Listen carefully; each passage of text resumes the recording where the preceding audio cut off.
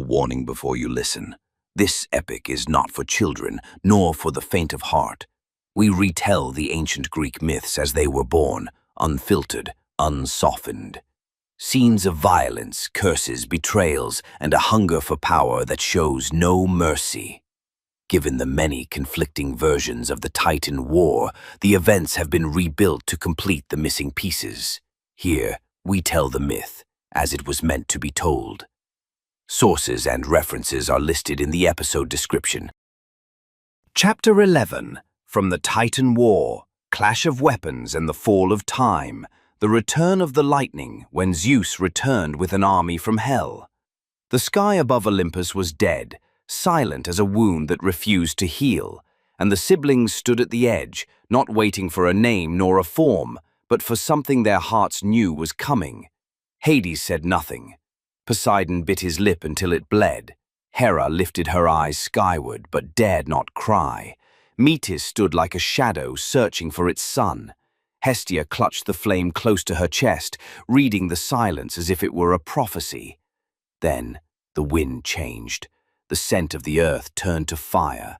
The heartbeat of stone shifted, and from a depth no one had named, a sound began to rise. The southern ridge of the mountain cracked open, and the first of them emerged. Not man, not God, a storm with hands, a creature with 50 faces, a voice that made mountains fold in on themselves when it spoke. The Hekatoncheires had returned, not as soldiers, but as explosions born from the womb of the world. Behind them walked the architects of terror, the Cyclopes. Their eyes scorched shadow, their chests forged thunder before it was even conceived. And then, at the summit of stone, standing like hell itself feared him, Zeus appeared.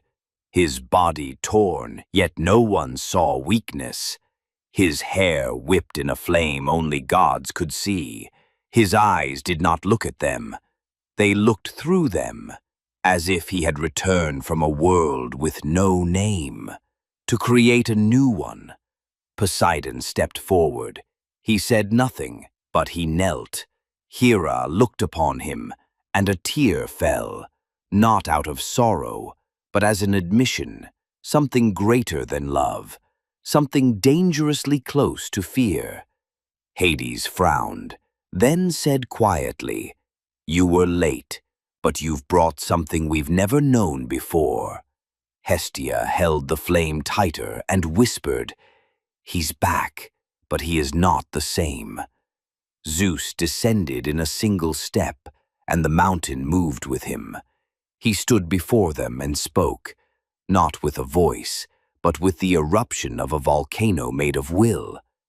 "I've been beneath the earth, where light chokes, where screams vanish, where death is not an ending, but a passage.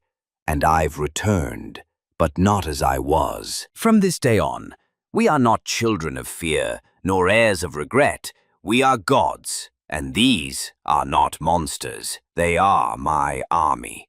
He turned, and behind him the Cyclopes knelt. The Hekatoncheires knelt, as if the earth itself acknowledged the reign of lightning. Zeus raised his hand, but no bolt flew, only silence, a silence so deep even the universe held its breath. And then he said, "From this moment on, we write the story in our own blood. We do not ask for the throne, we take it.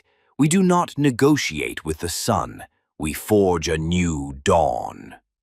And with that, the chapter ended, and for the first time, the sky applauded.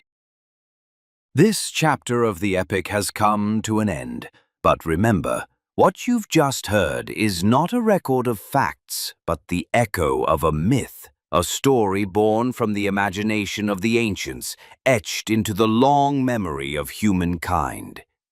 If this tale stirred something in you, if it opened a door to reflection or wonder, don't forget to support the channel and share the journey with those you love. And in the comments, tell us, which moment in this chapter struck you the most and why? We'll meet again in the next chapter of this audio odyssey through time. Until then, farewell.